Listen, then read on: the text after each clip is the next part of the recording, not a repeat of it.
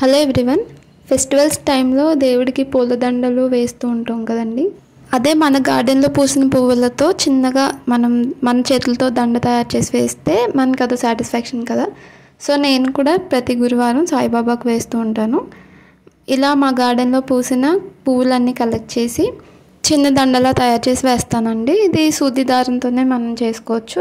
ఇది చాలా సింపుల్ అండి, అంటే తక్కువ పువ్వులున్నా మనం చేయొచ్చు. అలా కాకుండా ప్రీవియస్ వీడియోలో నేను ఇలాంటి పూలదండ ఎలా చేయాలో చెప్పాను. ఆ మెథడ్లో చేయాలంటే ఎక్కువ పువ్వులు ఉండాలి. అలా కాకుండా ఇక్కడ నేను ఏం తీసుకున్నానంటే కాడమల్లి పూలు ఒక 20 తీసుకున్నాను. సెంటర్లో టేబుల్ రోజ్ తీసుకున్నాను, రోజున్నా తీసుకోవచ్చు. కొన్ని గ్రీన్ కనకాంబరం పూలు తీసుకున్నా. ఇప్పుడు సూదిలోకి దారం ఎక్కించుకోవాలి. మనకి ఎంత కావాలో ఫస్టే మనం మెజర్ చేసుకొని ఎక్కించుకోవాలి. ఈ పువ్వులు లైట్ వెయిట్ ఉంటాయి కాబట్టి ఒక లైన్ దారం ఎక్కించుకుంటే సరిపోతుంది. ఫస్ట్ మనం 20 పువ్వులు తీసుకుంటున్నాం కాబట్టి ఒక 10 పువ్వులు ఒక వరుస వచ్చేలాగా తీసుకోవాలి. దీని చివర ముడిలోంచి పువ్వులు బయటకు వచ్చేయకుండా చిన్న పేపర్ అయితే నేను ఎక్కించానండి. ఆ ఫ్లవర్లోంచి ముడి రాకుండా ఉంటుంది.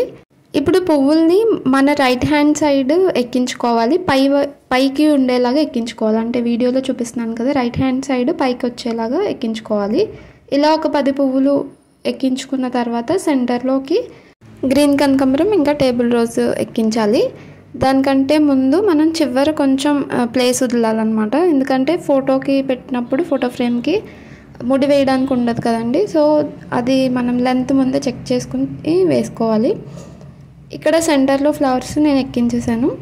తర్వాత ఇప్పుడు పువ్వుల్ని ఆపోజిట్ డైరెక్షన్లో, అంటే ఇందాక మనం రైట్ హ్యాండ్ సైడ్ పైకి ఉండేలాగా పెట్టుకున్నాం పూల రేఖలు. ఇప్పుడు లెఫ్ట్ హ్యాండ్ సైడ్ పూల రేఖలు పైకి వచ్చేలాగా, అంటే మీరు వీడియోలో ఒకసారి చూస్తే మీకు క్లియర్గా అర్థమవుతుంది. సో ఆపోజిట్ డైరెక్షన్లో ఎక్కించుకోవాలి. ఇలా మొత్తం పూలన్నీ ఎక్కించుకున్న తర్వాత మనకి ఇలా దండ అయితే రెడీ అయిపోతుంది. మీకు దారం ఏమైనా సరిపోలేదు అనుకుంటే లాస్ట్లో మీరు ముడి వేసి అడ్జస్ట్ చేసుకోవచ్చు, కొంచెం దారం యాడ్ చేసుకుని.